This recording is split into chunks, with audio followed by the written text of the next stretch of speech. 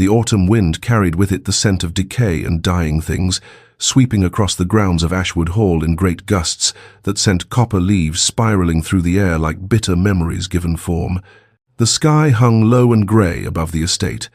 a perpetual shroud that seemed fitting for a house where hope had long ago retreated into shadows and silence. Lady Catherine Sinclair stood at the window of the morning room, her slender fingers resting against the cool glass as she watched the garden surrender to the season's melancholy, and thought, as she did every day at this hour, that the world outside perfectly reflected the landscape of her heart. She was 23 now, though she felt ancient in ways that had nothing to do with years and everything to do with the weight of shame carried so long it had become part of her very skeleton. 7 years had passed since that terrible evening when Viscount Hartley had sent his regrets, as though he were declining a dinner invitation rather than destroying a girl's future on the very eve of their betrothal announcement. And in those 7 years, Catherine had learned to make herself small, to move through rooms like a ghost, to expect nothing because nothing was all that society deemed her worthy to receive. Her aunt, the Dowager Lady Ashwood, loved her fiercely, but could not undo what had been done, could not erase the whispers that followed Catherine whenever she dared venture beyond these walls. The girl too flawed to wed, they called her, though no one could say precisely what her flaw had been, except that a man of good standing had looked at her and found her wanting. The servants knew the story, of course, and though they were kind to her face, Catherine sometimes caught the pitying glances, heard the hushed conversations that ceased when she entered a room. She had constructed her days with careful precision, a routine of quiet dignity that masked the profound melancholy beneath. Morning tea, in this very room, correspondence with her aunt's friends, who still tolerated her presence, long walks through the garden regardless of weather, needlework in the afternoon, reading in the evening, and always, the knowledge that this was her life now and forever, that she would grow old in this house, useful to her aunt until the dear woman passed, and then merely tolerated by whatever relation inherited the estate. Marriage was not a possibility she allowed herself to contemplate, for what man would want a woman publicly deemed unworthy by another? She had been examined and found lacking at 16, and the verdict, it seemed, was permanent and irreversible, carved into her reputation as deeply as words chiseled into stone. Her aunt had insisted she attend the county assembly, had pressed Catherine's hand and spoken with such gentle firmness that refusal would have been churlish, and so Catherine found herself standing at the edge of the gathering in the assembly hall on a cold November evening, dressed in a gown of deep plum that her aunt had commissioned, but which Catherine suspected made her look like she was in mourning,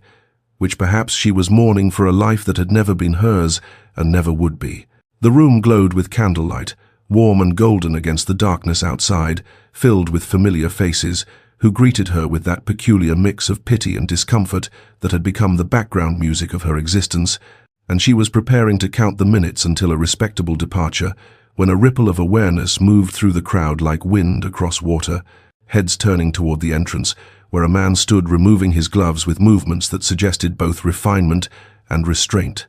Alexander Blackwood, Duke of Thornfield. Catherine knew who he was before anyone whispered his name, for there was something about him that commanded attention without demanding it. A man perhaps in his early 30s, tall and broad-shouldered, dressed in black evening clothes that only emphasized the severity of his bearing. His eyes were dark, almost black in the candlelight, set in a face that was handsome in the way that cliffs are handsome, all sharp angles and uncompromising lines, with a mouth that looked as though it had forgotten how to smile. His hands, she noticed as he handed his gloves to a servant, were scarred across the knuckles, the hands of a man who had fought and survived, and society's whispers reached her even across the room. He had served in foreign wars, had seen things that changed a man, had returned to England 2 years ago, but kept mostly to his estates, rarely attending such gatherings. People approached him with deference tinged with something that looked remarkably like fear,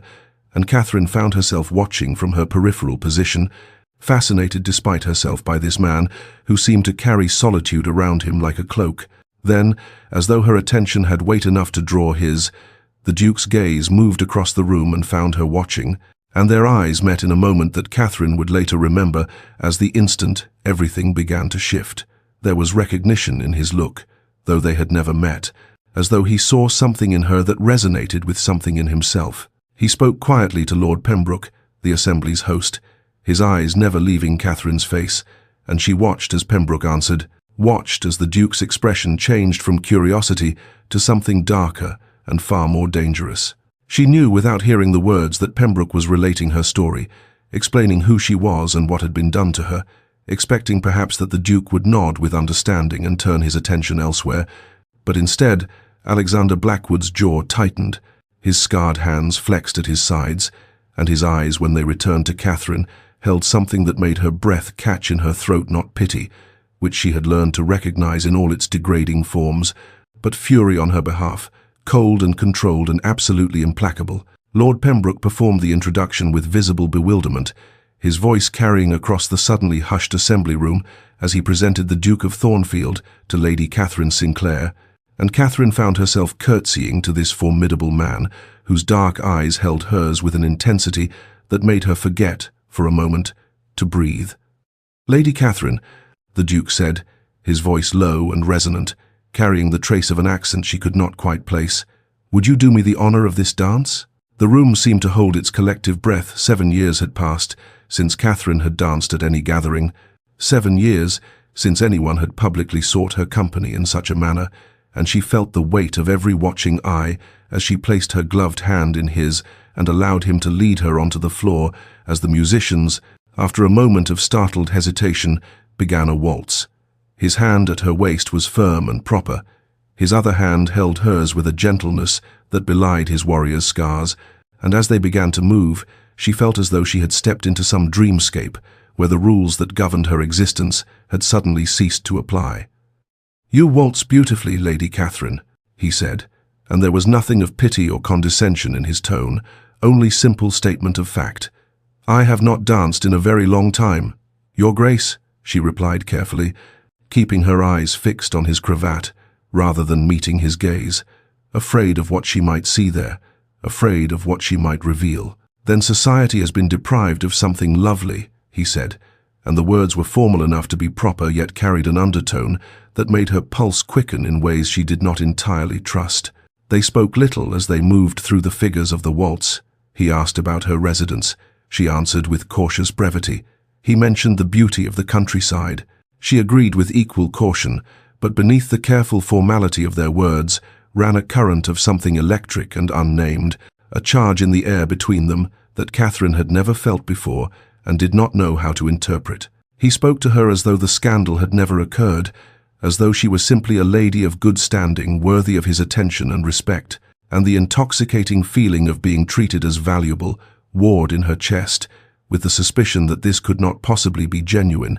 that he must want something from her, that this was perhaps some elaborate game whose rules she did not understand, and whose ending would leave her even more damaged than before. The waltz ended too soon and lasted far too long, and as the Duke escorted her from the floor with her hand still resting on his arm, the assembly room doors opened to admit a late arrival, and Catherine's entire body went cold with a visceral, cellular recognition,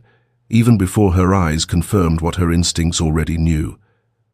Viscount Hartley had entered, his wife on his arm, the woman he had married 3 months after sending his regrets to Catherine, the woman he had clearly preferred all along. Catherine felt the old shame rise in her throat like bile, felt her carefully constructed composure threaten to shatter, felt the familiar urge to flee, to hide, to disappear into the walls, but the Duke's hand covered hers where it rested on his arm, a steady pressure that anchored her in place, and when she dared glance up at his face, she saw that he was watching Viscount Hartley with the same cold, controlled fury she had glimpsed earlier, his jaw set like granite and his eyes tracking every movement with the predatory attention of a hawk observing prey. The Duke called at Ashwood Hall 3 days after the assembly, arriving in the afternoon when the November light was already beginning to fade and the bare trees cast long shadows across the gravel drive,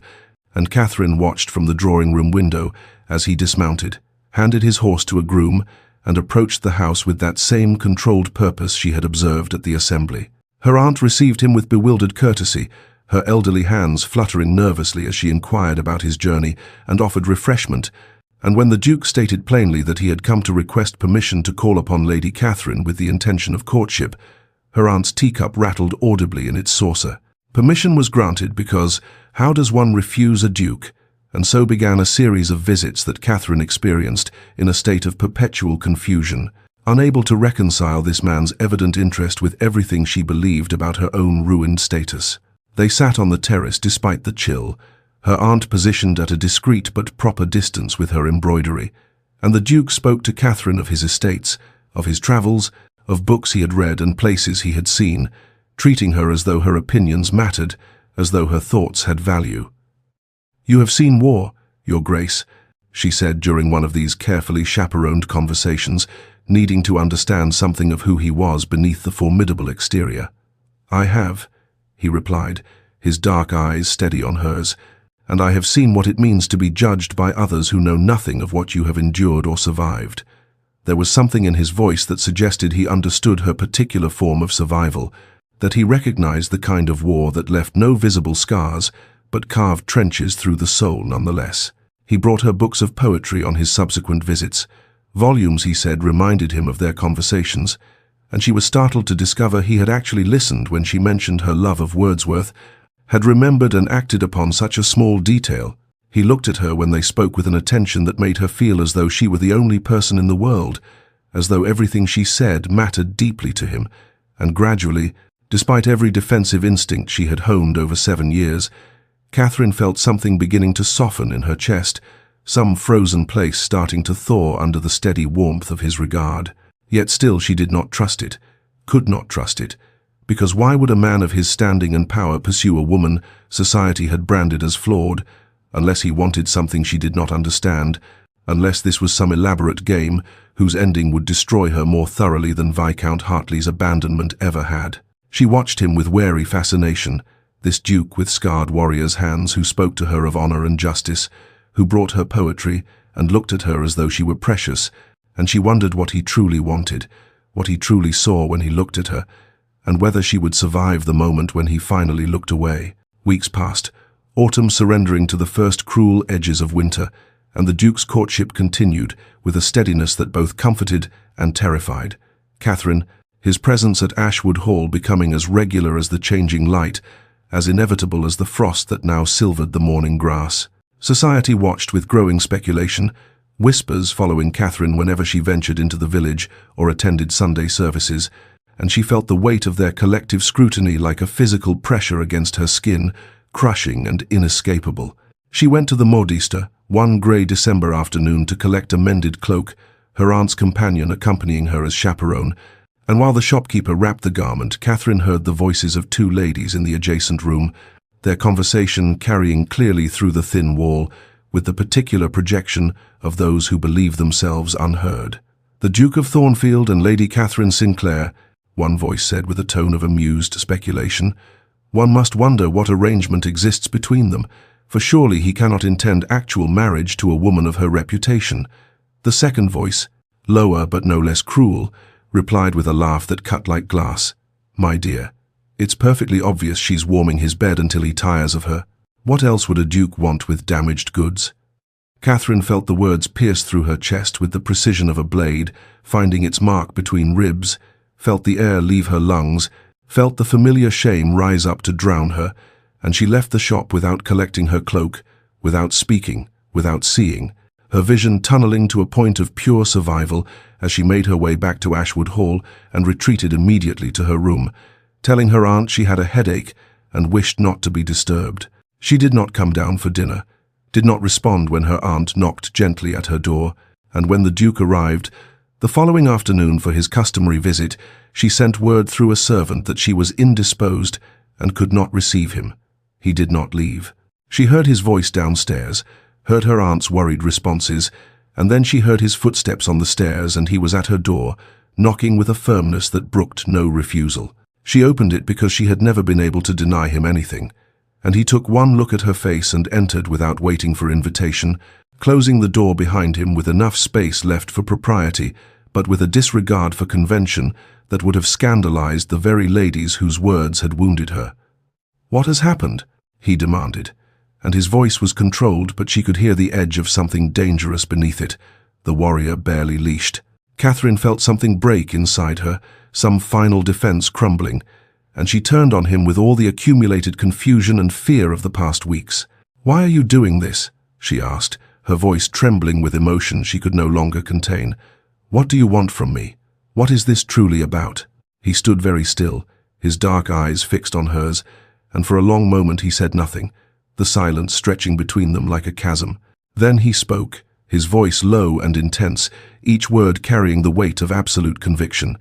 "I see your worth, Catherine. I see your strength, the injustice that was done to you, the grace with which you have carried an undeserved burden. I see who you are beneath what they have tried to make you believe you are." But he did not say he loved her, did not offer the words that might have anchored her, and Catherine remained suspended in uncertainty, afraid to hope, afraid to believe, afraid that when he finally looked away, she would be left with even less than she had before he arrived, to reshape her carefully ordered world of managed expectations and protective isolation. Lord Pembroke's estate blazed with candlelight against the December darkness, every window glowing as carriages arrived in steady procession, disgorging their passengers into the cold night air, where breath misted and jewels glittered, and voices carried on the wind, with that particular quality of forced gaiety that characterized events where social warfare was anticipated. Catherine arrived on the Duke's arm, her gloved hand resting lightly on his sleeve, and she felt the weight of every eye in the entrance hall turned toward them as they were announced, felt the ripple of speculation move through the assembled guests like wind through wheat, bending and swaying in their collective attention. The Duke's presence beside her was solid and unyielding, his hand covering hers briefly in a gesture of reassurance before they moved into the drawing room where pre-dinner drinks were being served, and Catherine saw immediately that Viscount Hartley was present with his wife, the woman who had once been Miss Eleanor Ashford and was now Lady Hartley, her face still pretty but marked with a certain hardness around the mouth that spoke of disappointed expectations. Dinner was announced, and they processed into the dining room according to rank, which meant the Duke was seated near the head of the table, and Catherine, despite being his acknowledged companion, was placed further down according to her father's more modest barony, a subtle social cut that everyone present understood, and that made her cheeks burn with familiar shame. She found herself seated across from Lord Edmund Rothford, a young man of perhaps 25 with the kind of casual cruelty that came from never having suffered consequences, and halfway through the second course he turned to his neighbour with a voice pitched to carry and said, "One must be cautious in society these days, for there are women whose reputations precede them, making it rather difficult to know how one ought to behave in their presence." The words hung in the air like smoke, and Catherine felt her hands still on her cutlery, felt the familiar paralysis of shame begin to creep through her limbs, but before she could draw breath, she heard the Duke's voice cut through the ambient conversation with the precision of a blade, cold and utterly controlled. "Lord Rothford, I find your conversation as tedious as your manners are lacking, and I suggest you spend the remainder of this meal in silence, contemplating which is the greater failing." The table fell quiet, every guest suddenly fascinated by their plates, and Lord Rothford's face flushed crimson, but he said nothing more, cowed by the Duke's tone and the promise of danger that underlay it. The meal continued in strained formality, and when the ladies withdrew to the drawing room, Catherine felt the tension coil tighter in her chest, knowing that the worst was yet to come, and indeed, after the gentlemen rejoined them, Sir Philip Crawley, a baronet of comfortable means and comfortable arrogance, approached her where she stood near the window, and said with wine-loosened tongue and an insolent smile, "My dear Lady Catherine, you must tell me the secret of capturing a duke's attention so thoroughly, for I confess I would not have thought your particular assets would appeal to a man of such exacting standards, unless of course your availability extends more broadly than currently advertised." The words were barely spoken before the Duke was there, his movement so swift and silent that Sir Philip actually startled, and the Duke's voice when he spoke was soft and more terrifying for its quietness. "You will meet me at dawn, Crawley, and bring your second, for you have just purchased your opportunity to defend that insult with your life." The drawing room seemed to hold its collective breath, and Sir Philip's face drained of colour as the reality of what he had provoked settled over him. But there was no retreating now, no apology that would suffice, and he nodded jerkily and stammered something about his second calling upon the Duke's. And Catherine stood frozen as the first duel was set in motion, as the consequence of society's cruelty finally found its form in ritual violence, and she did not know whether to feel horror or a terrible, forbidden hope that perhaps someone would finally demand payment for what had been done to her. Catherine learned of the impending duel not from the Duke himself but from her aunt, who appeared at breakfast the next morning pale and trembling with a note that had been delivered at first light, and Catherine's hands shook as she read the formal language that confirmed what she had feared from the moment Sir Philip's words had left his mouth and the Duke's cold fury had answered them. She went to Thornfield House immediately, propriety abandoned in the face of her desperation, and when the butler hesitated, she pushed past him with a force born of panic, finding the Duke in his study reviewing the particulars of the meeting with his second, and he looked up at her entrance with an expression that softened only marginally when he saw her distress. "You cannot do this," she said, her voice breaking on the words, and she crossed the room to stand before his desk like a supplicant before a judge. "Please, Alexander, I am begging you, do not fight for me. Do not risk yourself for my sake. I am not worth bloodshed. I am not worth your life. I am already ruined, and nothing you do can change what society believes of me." He stood slowly, coming around the desk to face her,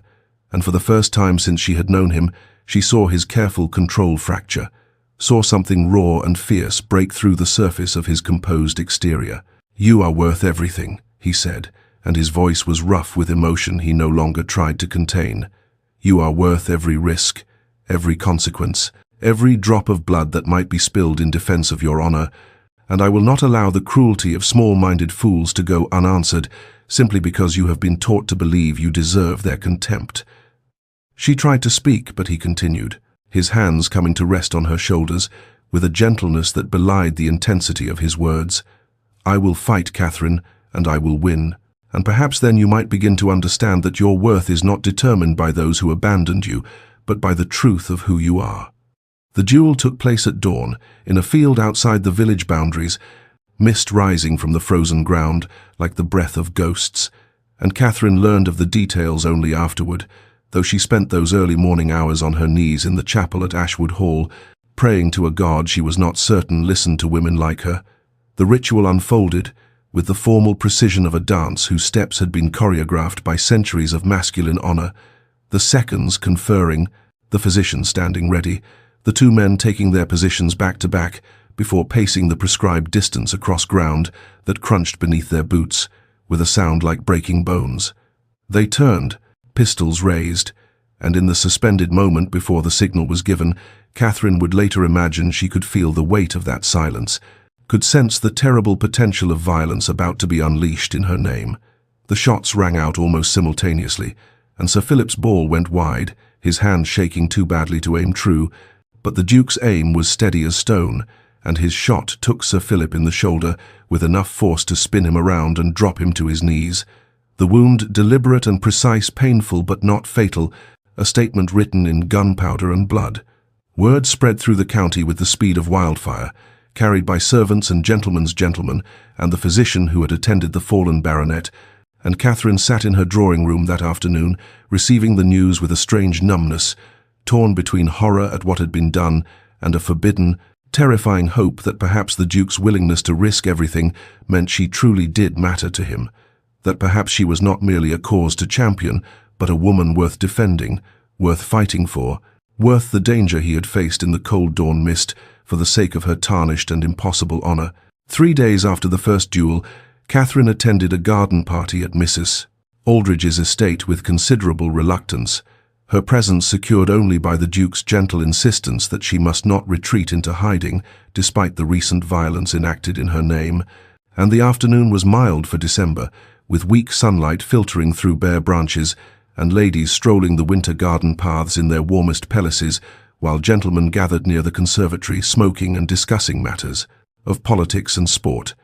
Catherine stood near the fountain with her aunt, attempting to appear composed while acutely aware of the whispers that followed her movement through the party, and it was there that she overheard Lady Beatrice Holwell speaking to Mrs. Pemberton in a voice pitched just loud enough to carry. "One must admire the Duke's charitable nature, though I confess I cannot comprehend his attachment to second-hand goods when a man of his standing might have his pick of the season's finest, but perhaps he prefers what has already been examined and found wanting by others, as there is less mystery and therefore less disappointment in the transaction. The words struck Catherine like a physical blow, stealing the breath from her lungs and bringing the familiar heat of shame to her cheeks. But before she could retreat or compose any response, she saw the Duke detach himself from the group of gentlemen with the focused intensity of a predator who has spotted vulnerable prey, and he crossed the lawn with deliberate strides that brought him to stand before Lady Beatrice, with an expression of such cold fury that the lady's confident smile faltered and died. "Lady Beatrice," he said, his voice carrying across the suddenly silent garden, "you have just insulted my intended, and I find I cannot allow such discourtesy to pass without consequence." The use of that word intended sent a shock through Catherine more powerful than any insult could deliver, for he had never before made such a public claim on her, had never defined their relationship with such unmistakable clarity before witnesses who would carry the news to every drawing-room in 3 counties. Lady Beatrice paled, her hand fluttering to her throat, and she stammered something about speaking in jest. But the Duke's attention had already shifted to her brother, Lord James Holwell,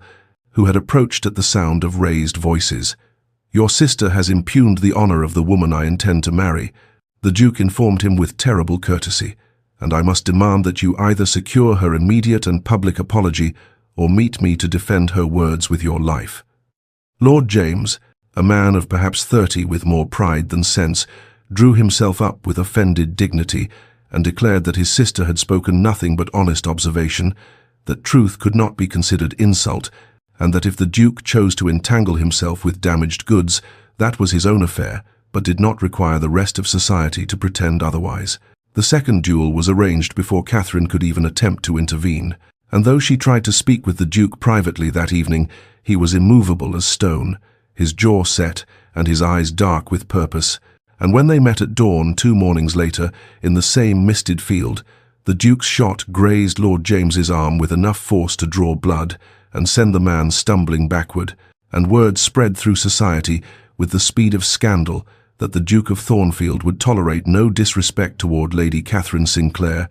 that he had now fought twice in her defense and showed every indication of fighting again if provoked, and Catherine began to notice a subtle shift in how she was treated. Some ladies offering cautious nods of acknowledgement, some gentlemen stepping aside to let her pass with newfound deference, though she also sensed a growing resentment among certain members of society who viewed the Duke's methods as tyrannical,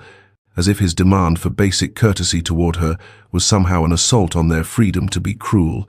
and she remained caught between gratitude for his unwavering defense and a deepening confusion about what drove a man to such lengths for a woman society had already judged and found unworthy. Catherine's internal crisis deepened in the days following the second duel until it became a constant weight, pressing against her ribs with every breath,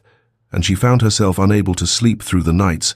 lying awake in her bed at Ashwood Hall, tormented by questions that circled her mind like carrion birds. Over a battlefield, did the Duke act from pity, from some misguided sense of chivalry toward a woman he viewed as a charitable cause,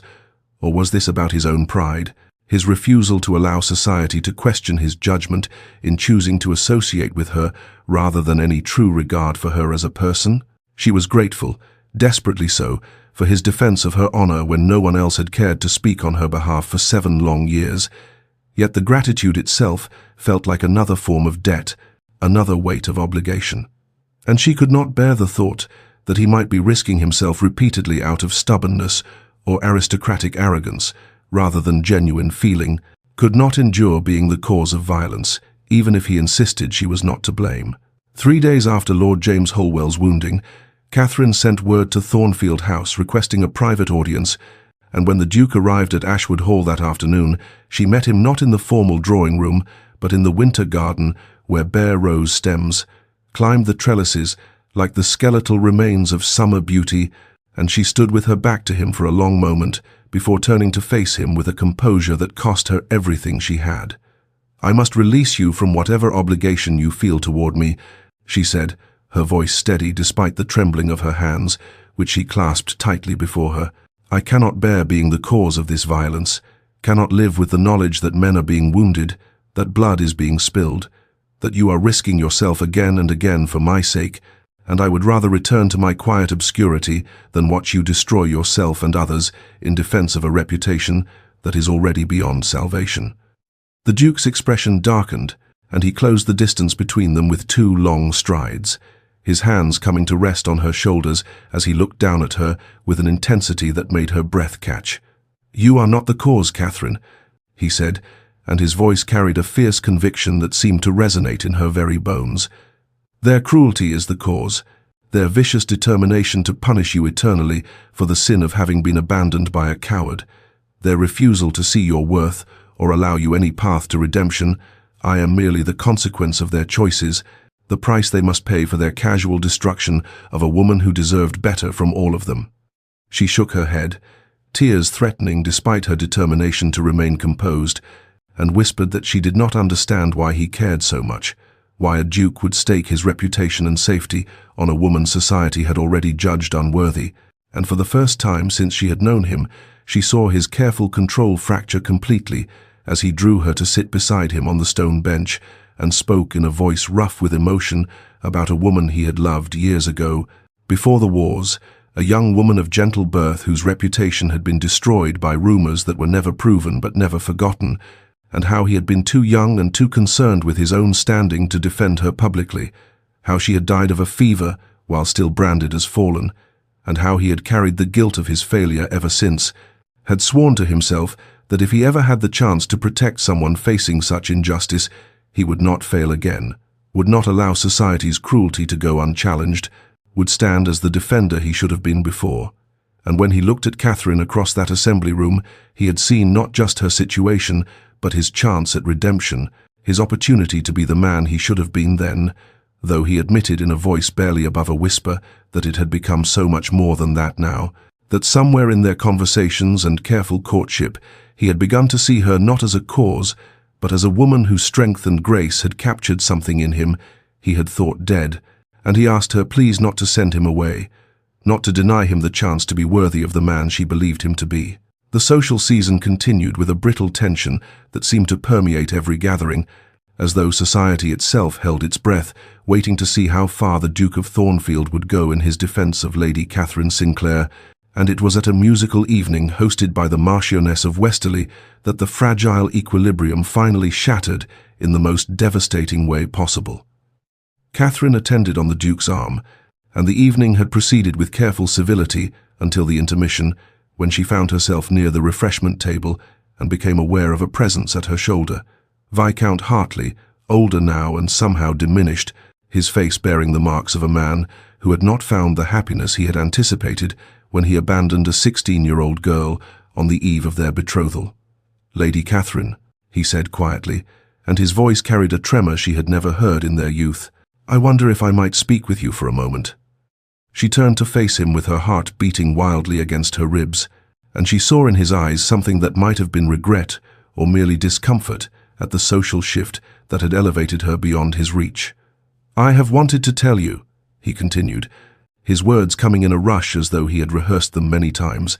"that I am sorry for what I did those years ago, for my cowardice in abandoning our understanding, for allowing my family's objections and my own weakness to override what I knew to be dishonorable, and I hope that you might find it in your heart to forgive." But he never finished his apology because the Duke appeared at Catherine's side with the sudden inevitability of a thunderstorm, and the temperature in the room seemed to drop as he looked at Hartley with an expression of such barely contained fury that several nearby guests stepped back instinctively. "You will not speak to her," the Duke said in a voice that carried across the music room with terrible clarity,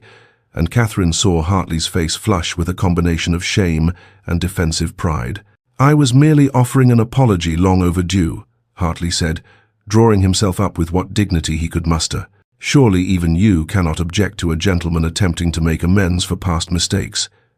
The Duke's laugh was cold and without humor.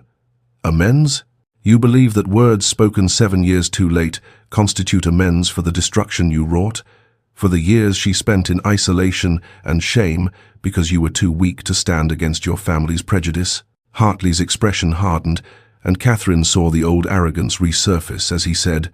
"I begin to think, Thornfield, that you are being manipulated by a woman of questionable virtue who has somehow convinced you to wage war on her behalf, and I wonder if you truly understand the nature of the attachment you are defending." The Duke's demand for satisfaction came before Catherine could draw breath, his voice cutting through the sudden silence like a blade, and she knew with cold certainty that this duel would be different from the others, because this was not some thoughtless gossip or spiteful stranger, but the original architect of her ruin, and the weight of 7 years of injustice hung between the two men like a physical presence. That night, unable to sleep, Catherine went to the Duke in his study at Thornfield House and finally told him everything, not just the bare facts of her abandonment, but the full story of how Hartley had courted her with seeming devotion, how she had believed herself loved, how he had withdrawn without explanation the day before their betrothal was to be announced, and how she had spent years believing she must have been fundamentally flawed for him to leave so completely. And as she spoke, the Duke listened with an expression of such pain and rage on her behalf that she wept for the first time in his presence, and he held her while she finally mourned the girl she had been before shame had taught her to make herself small. The duel with Viscount Hartley was set for dawn on the 5th of November in Ashfield Meadow, a stretch of grey-green land that lay shrouded in morning mist like a burial shroud, and Catherine had not slept at all through the night, lying in her bed at Ashwood Hall listening to the wind rattle the window panes while her mind replayed every moment of the evening when the Duke had held her as she wept and told her that Hartley would answer for what he had done. And though the Duke had forbidden her to attend the meeting, she had risen before first light and dressed in her darkest cloak and followed the carriage tracks through the cold November morning until she reached the edge of the meadow where she concealed herself behind a stand of bare oaks, her breath coming in white clouds as she watched the two men take their positions, with the surgeon and seconds standing at the prescribed distance. And she had never seen anything so terrible as the moment when the Duke and Hartley faced each other across that expanse of frost-silvered grass, with the weight of 7 years of injustice hanging between them like something physical and malevolent. Hartley looked pale and diminished in the grey dawn light, his face bearing the marks of a sleepless night, but there was still pride in the set of his shoulders, still that old arrogance that had allowed him to destroy a young girl's life without sufficient consequence, and Catherine felt her hands clench inside her cloak as she watched the men receive their pistols and heard the second call out, the terms of the engagement, in a voice that seemed impossibly loud in the morning stillness, and when the command came to take their positions, both men turned and began the slow count of paces that would determine whether this ended in blood or honor or death. The Duke moved with the controlled precision of a man who had faced death before and made peace with it, while Hartley's steps seemed less certain, and when they reached their marks and turned to face each other, Catherine saw on the Duke's face an expression she had never witnessed before, not rage, not hatred, but a cold and absolute judgment that seemed to pierce through all the years and all the excuses to the essential cowardice at the heart of what Hartley had done to her. The command to fire shattered the morning silence, and both men's pistols discharged simultaneously, smoke blooming in the cold air, and Catherine's heart stopped as she saw Hartley stagger backward with his hand clutching his side, while the Duke remained standing, utterly still with his weapon lowered. And she realized that Hartley had missed entirely, his shot going wide in his nervousness, while the Duke's bullet had torn through the Viscount's coat and grazed his ribs in a precise strike that could have killed, but had been deliberately measured to wound and warn rather than destroy. Hartley collapsed to his knees more from shock than injury, his face white as the mist, and the Duke walked slowly across the grass to stand over him with a terrible quiet authority, and though Catherine could not hear his words from her hiding place, she saw Hartley flinch, as though struck, and bow his head in complete defeat, and she understood that the Duke was delivering judgment, not just for the duel but for everything that had come before, for the abandonment and the shame and the years of isolation, and Hartley's public humiliation, in that moment, was more complete than any physical wound could have achieved. And as Catherine watched with her heart pounding and tears streaming down her cold cheeks, she felt something shift deep within herself, like the first crack in ice that has held fast through a long winter, and it was the beginning of believing, truly believing, that perhaps she had deserved defense all along, that perhaps the Duke's faith in her worth was not misplaced pity or aristocratic pride, but the recognition of something real and true that she had stopped being able to see in herself, and for the first time in 7 years, she allowed herself to imagine that redemption might actually be possible. Autumn deepened into early winter, with that particular grey quality of light that makes the world seem suspended between seasons, and society remained bitterly divided in its response to the Duke of Thornfield's unprecedented defence of Lady Catherine Sinclair. For while some members of the aristocracy had begun to speak admiringly of his unwavering loyalty and the honourable nature of his campaign against those who had maligned an innocent woman,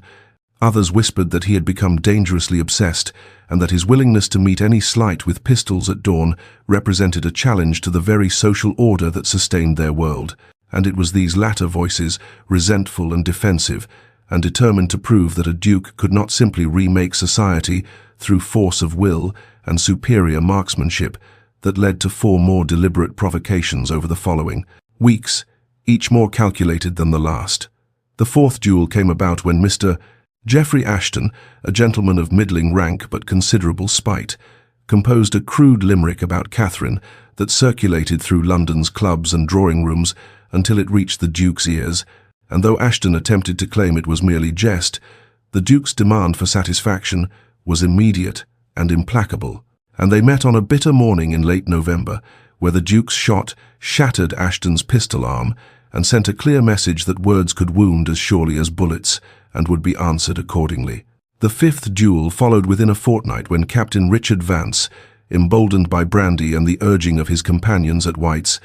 publicly questioned Catherine's virtue in terms so explicit that 3 separate witnesses felt compelled to inform the Duke. And though Vance was known as an excellent shot with military experience, he found himself facing a man whose precision was born not of practice but of absolute conviction, and the captain's shoulder bore the Duke's response for months afterward. The 6th duel arose from Lord Thomas Pemberton's suggestion at a dinner party that Catherine had somehow ensnared the Duke through unseemly means, that a woman of her compromised position must have employed feminine wiles of a questionable nature to secure the devotion of such a formidable man. And when these words reached the Duke, he appeared at Pemberton's residence that very evening, with cold fury in his eyes, and a challenge that could not be refused, and their meeting at dawn resulted in Pemberton taking a ball through his thigh that left him with a permanent limp and a permanent silence on the subject of the Duchess-to-be. The 7th and final duel came in mid-December, when Sir Charles Weatherby, drunk and defensive and resentful of the social upheaval the Duke had wrought, claimed loudly at Lady Winterton's ball that he had been offered Catherine's favours years ago, a lie so transparent and vile that even his own friends blanched at the telling. But the damage was done, and the Duke's challenge was delivered before Sir Charles could sober enough to realise the magnitude of his error, and their encounter in the frost-rimed field on the winter solstice was brief and brutal, with Sir Charles managing through sheer luck to nick the Duke's arm before taking a shot to his side that left him gasping in the frozen grass, while the Duke stood over him with an expression that promised death, if there was ever an 8th offence. And when word of this final duel spread through society like wildfire, there was at last a collective understanding that the Duke of Thornfield's patience had been tested to its uttermost limit, and that no one, not lord, nor lady, nor gentleman of any standing, would survive an attempt to continue the persecution of Lady Catherine Sinclair. After the 7th duel, society's resistance finally broke like a dam that had held against rising water for too long,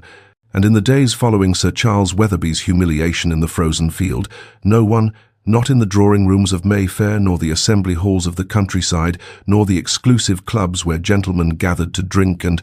gossip, dared speak a single word against Lady Catherine Sinclair, for the Duke of Thornfield had made it devastatingly clear that such speech would be answered with powder and shot at dawn, and the collective memory of 7 wounded men served as a monument to his unwavering resolve. Yet victory came at a cost that Catherine had not fully comprehended until she arrived unannounced at Thornfield House 3 days after the final duel, and found the Duke alone in his study, with the winter afternoon light slanting through the tall windows and illuminating a man who looked profoundly weary in a way that had nothing to do with physical exhaustion. He stood by the fireplace with one hand braced against the mantel and his head bowed, as though the weight of all he had done had finally settled upon his shoulders, and when he turned at the sound of her entrance, she saw in his dark eyes something she had never witnessed before, a vulnerability so complete it made her breath catch, for this was not the formidable warrior who had faced 7 men with unwavering precision, but rather a man who had borne the burden of violence, even when that violence was measured and just. And she understood in that moment that each duel had cost him something essential.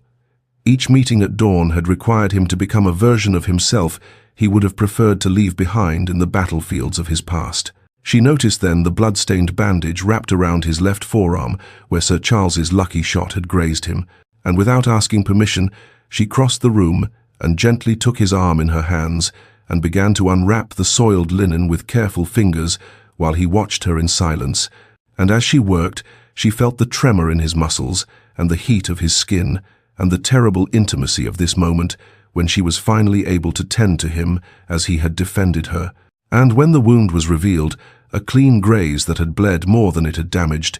she cleaned it with water from the basin on his desk and bound it with fresh linen from her reticule, her hands steady even as her heart pounded with all the words she had never been able to speak. And when she finished, she looked up into his face and asked the question she had been afraid to voice through all the weeks of courtship and conflict. "Why me, truly?" And she watched as his careful control finally shattered like glass struck by stone, and he reached up with his uninjured hand to touch her face with a gentleness that seemed impossible in a man who had just fought 7 duels, and his voice when he spoke was raw with emotion, long suppressed, as he told her that from the very first moment he had seen her standing at the edge of that assembly room 7 months ago, watching the world with eyes that held both sorrow and unbroken dignity. He had recognized in her a kindred spirit, someone who had endured judgment and survived it, someone who had been diminished by others' cruelty, yet refused to diminish herself, someone whose quiet strength was worth more than all the shallow approval of a society that measured worth by reputation rather than character. And as Catherine listened to his confession, she felt something fundamental shift within her, like the final lock, opening on a door she had kept barred for 7 years. The Duke drew a shaking breath and spoke words that seemed to cost him everything he had left after 7 duels and months of careful restraint, telling Catherine that he loved her not because she needed rescue or because his pride demanded he defend what he had claimed, but because of who she was in the deepest essence of her being, because of the strength she had shown in enduring years of unjust shame without allowing it to make her cruel or bitter, because of the grace with which she had carried herself through a society that had branded her unworthy, when the unworthiness belonged entirely to those who had judged her, because when he looked at her, he saw not a woman diminished by scandal, but a soul that had been tested by fire and emerged with a dignity that most people would never possess, even if they lived 100 years untouched by hardship. And as his words poured forth in the firelit study, Catherine felt the walls she had built around her heart, those careful fortifications constructed brick by brick over 7 years of protective isolation, begin to crumble like ancient ramparts finally surrendering to an inevitable siege, and tears spilled down her cheeks as she admitted, in a voice that trembled with the weight of confession, that she had been falling in love with him, almost from that first waltz, when he had looked at her as though she were precious rather than ruined. But she had been too afraid to believe it could be real, too conditioned by years of shame to trust that a man like him could truly want a woman like her, too certain that eventually he would see what Viscount Hartley had seen and find her lacking in some essential way she could never name or remedy. And the Duke caught her tears with his thumbs and told her that Hartley had been a fool and a coward who had looked at a young girl and failed to see the extraordinary woman she would become. And then he kissed her with a tenderness that seemed to contain all the devotion he had demonstrated through powder and shot at dawn, but transmuted into something infinitely gentler, and Catherine kissed him back with 7 years of loneliness and longing dissolved into this single moment of connection. And when they finally drew apart, both were trembling and both understood that something irrevocable had shifted between them, and the Duke stepped back only long enough to reach into his waistcoat pocket and produce a ring, a sapphire surrounded by diamonds that caught the firelight and threw blue sparks across the study walls, and he told her he had been carrying it for weeks, waiting for the moment when she would be ready to believe in his devotion, waiting for her to see herself as he had seen her from the very beginning. And then he knelt before her in formal proposal and asked if she would do him the honor of becoming his wife, his duchess, his partner in all things for whatever years they were granted. And Catherine looked down at this formidable man on his knees before her and said yes, through tears that were no longer born of shame or sorrow, but of relief and joy, so profound she could scarcely breathe, and when he slipped the ring onto her finger and rose to embrace her, she wept against his chest and felt him hold her as though she were the most valuable thing in his world. And for the first time in 7 years, Catherine Sinclair allowed herself to believe that perhaps she was. The engagement announcement appeared in the morning newspapers 3 days after the Duke's proposal and sent shockwaves through a society that had learned through 7 duels not to voice objections openly, yet still harbored countless private reservations about a match between one of England's most powerful peers and a woman they had spent 7 years dismissing as ruined goods. But no one dared speak against it, where the Duke might hear, and so the whispers remained confined to private drawing rooms, while public congratulations flowed toward Ashwood Hall with all the sincerity of a river forced to run uphill, and Catherine read the notices with hands that trembled slightly as she held the newsprint and realized that her name was now linked irrevocably with his in formal black letters that declared to all of England what he had already proven, through powder and shot, that she was worthy of being called his betrothed, his intended, his future Duchess. Wedding preparations began immediately under the careful orchestration of the Duke's household staff and Catherine's elderly aunt, who threw herself into the planning with an energy no one had seen from her in years, and as the weeks passed, Catherine observed her own transformation with a wonder that bordered on disbelief, for she found herself holding her head higher when she walked through the village, smiling more freely when she encountered neighbors who had once whispered behind their hands about her shame, reclaiming spaces she had avoided for years like the lending library and the better shops where ladies of quality gathered,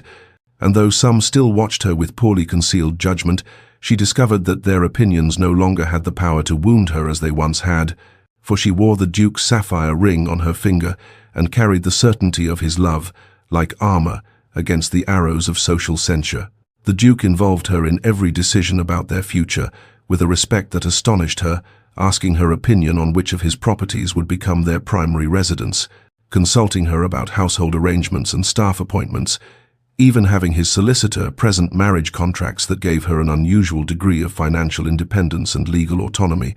for he made it clear that he wanted not a decorative wife who would defer to his judgment in all things, but rather an equal partner who would share in the governance of their life together, and Catherine felt something fundamental shift within her as she realized that he truly meant to treat her as a person of worth and agency rather than as property acquired through marriage. One afternoon in late winter, her aunt found her in the morning room reviewing fabric samples for new curtains at Thornfield Park, and the elderly woman stopped in the doorway with tears streaming down her weathered cheeks, and when Catherine looked up in alarm, her aunt simply shook her head and said through her weeping that she had despaired of ever seeing this day, had spent 7 years watching her beloved niece retreat further into protective isolation, and had prayed nightly for some miracle that would restore Catherine to the happiness she deserved, and now to witness her planning a wedding to a man who so clearly treasured her was more than she had ever dared hope for, and Catherine rose and embraced her aunt, and felt tears slip down her own cheeks as she understood how many people had carried the weight of her shame alongside her, how her suffering had radiated outward to touch all who loved her, and how her healing would likewise be a gift to them as well as to herself. The wedding took place on a crystalline winter morning at the Duke's private chapel on the grounds of his secondary estate, a ceremony deliberately intimate, despite his rank and the social expectation that a man of his standing would marry with all the pomp and pageantry that English aristocracy could muster. But the Duke had been immovable in his insistence that this day belong only to them and to those who had truly supported Catherine through her years of exile from polite society, and so the small stone chapel with its ancient stained glass and worn wooden pews held only 3 dozen souls, when Catherine walked down the aisle on her elderly aunt's arm, dressed in ivory silk that caught the winter sunlight, streaming through the windows, and transformed her into something luminous. She wore no veil, for she had told the Duke she was done with hiding, and her dark hair was dressed simply with pearl pins and a single spray of hothouse roses, and as she moved toward the altar where he waited in formal black, she felt none of the trembling uncertainty that had characterized so much of her life for the past 7 years, but instead a calm certainty that seemed to root itself in her very bones. And when her eyes met his across the distance of the aisle, she saw that his were already bright with unshed tears. This formidable man, who had faced 7 opponents at dawn, without flinching, now undone, by the sight of her walking toward him to pledge her life to his. The ceremony itself was deeply emotional. In its simplicity, the familiar words of the Anglican service, spoken by a bishop who had known the Duke since childhood, and who had agreed to perform the wedding despite the raised eyebrows of his peers. And when they exchanged their vows, both Catherine and the Duke had tears streaming openly down their faces, for they understood better than most what these promises meant, how much they were entrusting to each other, how this public declaration was both an ending of what had been and a beginning of what would be. And when the bishop pronounced them man and wife, and the Duke kissed his bride with exquisite tenderness, the small congregation erupted in applause that echoed off the stone walls. The wedding breakfast was held in the great hall of the estate, a room decorated with greenery and white roses and warmed by massive fireplaces, and Catherine sat at the high table beside her husband, she thought, with wonder, and watched as their guests celebrated with genuine joy rather than the forced politeness that had characterized so many social gatherings she had endured. And when the Duke rose to toast his bride, he told the assembled company that Catherine was the bravest person he had ever known, that her quiet dignity in the face of unjust cruelty had taught him what true nobility meant, and that he considered it the greatest honor of his life that she had consented to be his wife. And Catherine wept again as she heard herself described not as ruined or damaged or fortunate to have been rescued,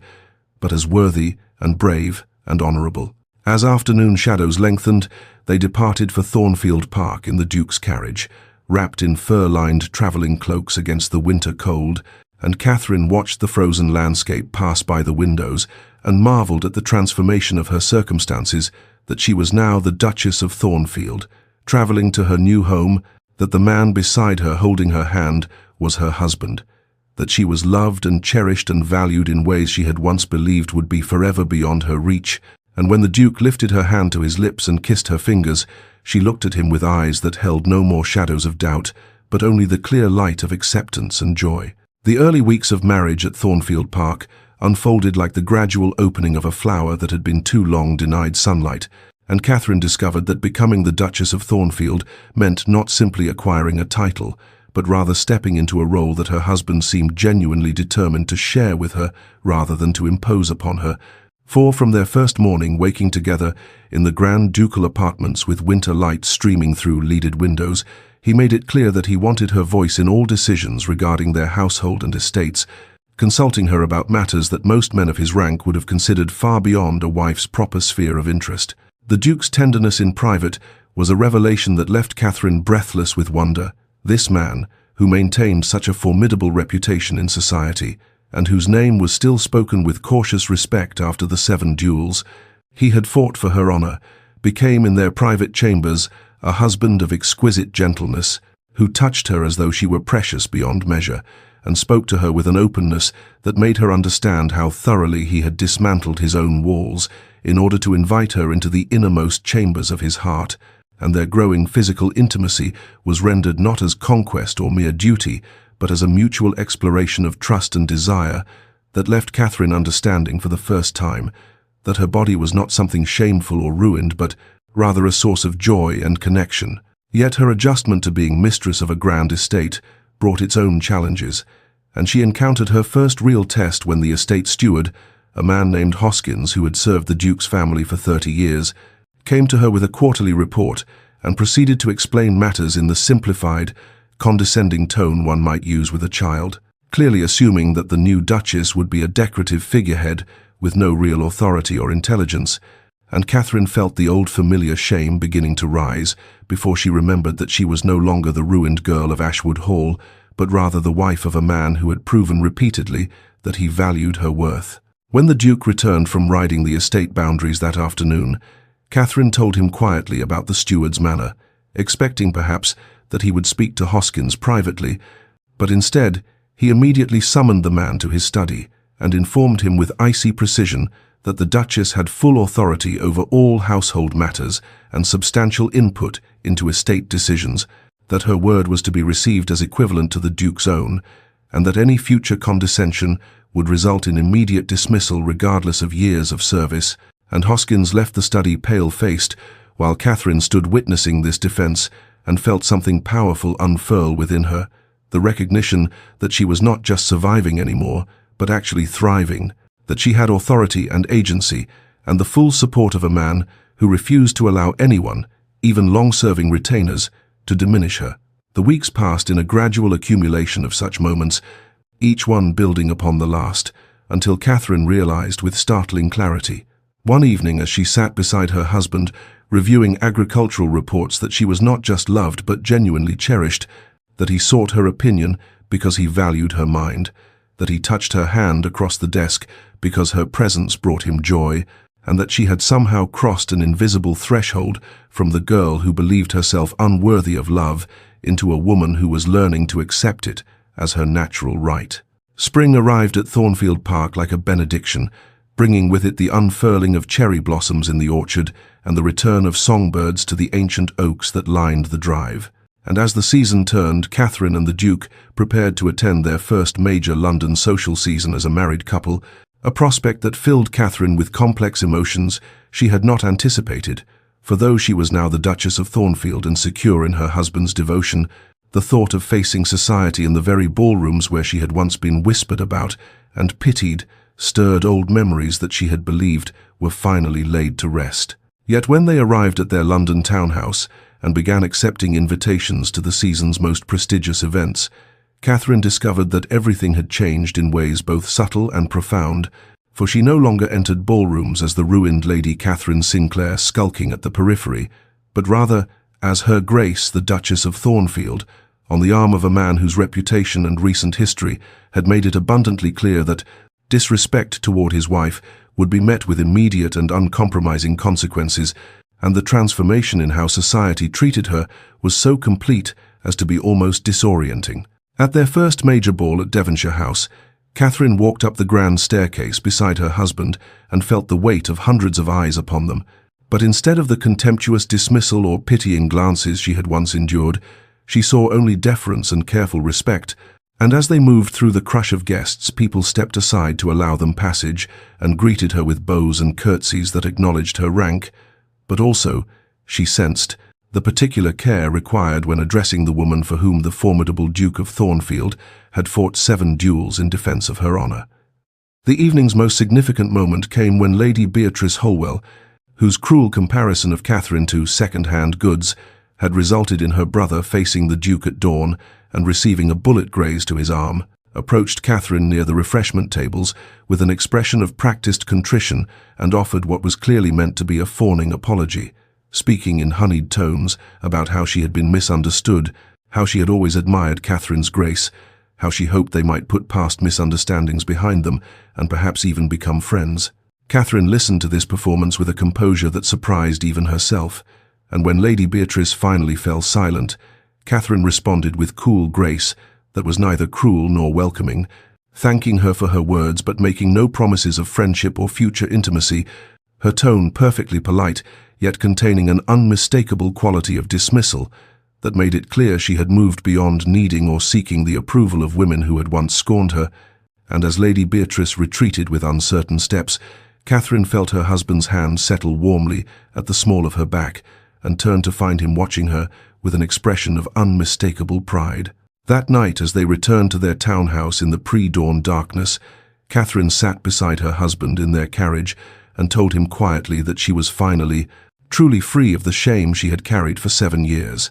that walking through those ballrooms tonight, she had felt no echo of the old pain, no residual belief in her own unworthiness,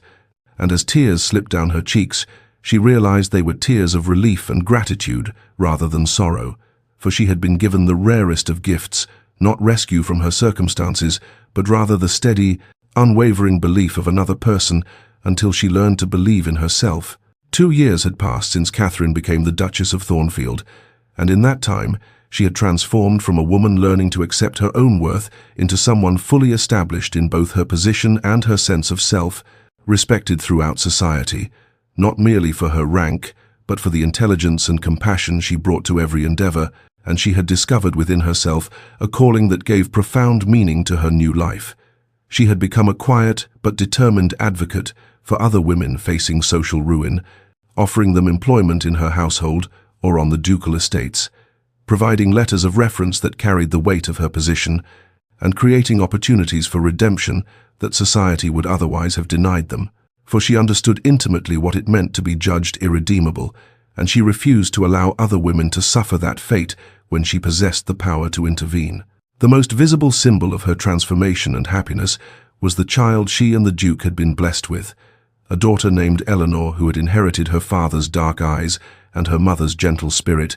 And on a golden afternoon in late summer, Catherine stood at the window of the nursery watching a scene that filled her heart with such fullness she could scarcely breathe. Her formidable husband, the Duke who had fought 7 duels in defense of her honor and whose name was still spoken with careful respect throughout England, was sprawled on the carpet of their private sitting room with their 2-year-old daughter climbing across him with fearless delight, his deep laughter mingling with Eleanor's bright giggles as he pretended to be a horse, or perhaps a dragon, vanquished by a brave princess. And Catherine marveled at how utterly her life had been transformed from those grey autumn days at Ashwood Hall, when she had believed herself destined for permanent isolation and shame. Her elderly aunt had come to visit from Ashwood Hall, which Catherine had inherited upon her aunt's insistence that it should return to her as part of her marriage settlement. And as the 2 women took tea together in the conservatory, her aunt reached across to clasp Catherine's hand, with tears in her eyes, and spoke of miracles, of never having dared to hope that her beloved niece would find such happiness after the cruel abandonment that had defined so many years of her youth. But Catherine gently corrected this characterization with words she had come to believe. With her whole heart, it was not a miracle, she explained, but rather the result of finding someone who saw her true worth and refused to let the world diminish it, who had believed in her with such unwavering conviction that she eventually learned to believe in herself. And while the 7 duels he fought had certainly declared his intentions to society, the real transformation had occurred in quieter moments, in conversations on terraces and in gardens, in the steady accumulation of respect and tenderness that had gradually rebuilt what cruelty had destroyed, until she understood that her worth had never actually been diminished by Viscount Hartley's abandonment or society's judgment. It had only been obscured, waiting for someone with clear enough vision to see what had always been there. 5 years had passed since the Duke of Thornfield fought his 7th and final duel, and on a warm afternoon in late spring, Catherine stood in the garden at Thornfield Park, watching her husband teach their daughter Eleanor how to identify the various herbs growing in the medicinal beds, his large, scarred hands gentle as he guided the child's small fingers to touch the soft leaves of lavender and breathe in its calming scent. And as Catherine observed this scene of domestic tranquility, she reflected on how utterly transformed their lives had become from those tense autumn days when society had whispered about the ruined Lady Catherine Sinclair and wondered what the formidable Duke could possibly want with damaged goods, and she understood now with perfect clarity what the 7 duels had truly represented. Not violence for its own sake, or even primarily about defending her honor in the abstract, but rather a man willing to challenge an unjust world for the woman he loved, willing to say through deliberate action that he would not tolerate a society that diminished her worth or allowed cruelty to go unanswered. And while she had initially been horrified by the bloodshed and convinced she was not worth such dramatic defense, she had gradually come to understand that her worth had never actually been in question except in her own wounded heart. For the Duke had seen from their first meeting across that assembly room exactly what she was, a woman of quiet strength and dignity who had survived judgment and emerged unbroken despite every reason to become bitter and small. Catherine's internal monologue, as she watched her family in the dappled sunlight, acknowledged a truth she had learned slowly over these years of marriage.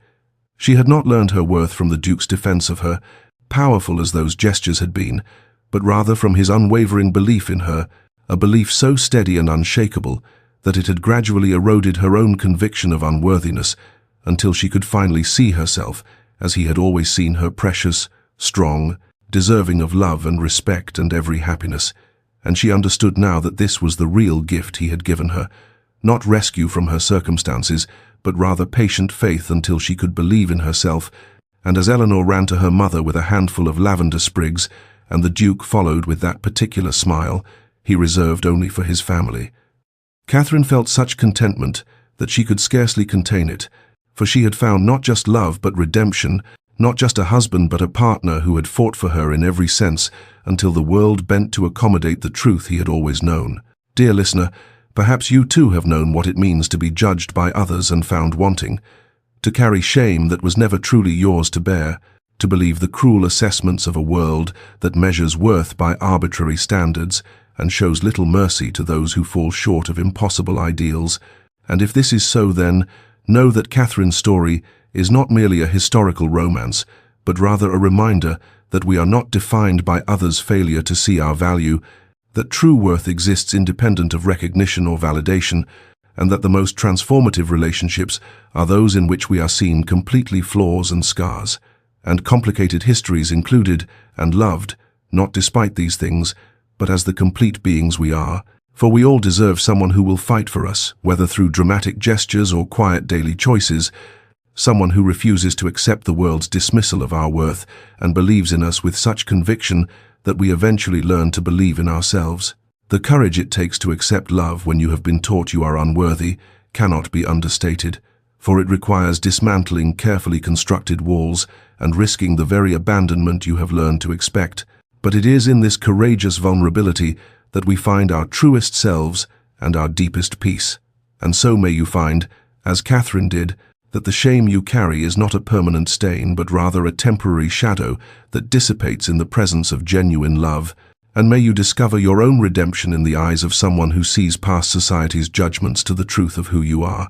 And may you rest tonight, knowing that you too are worthy of being fought for, defended, cherished, and above all, deeply and permanently loved.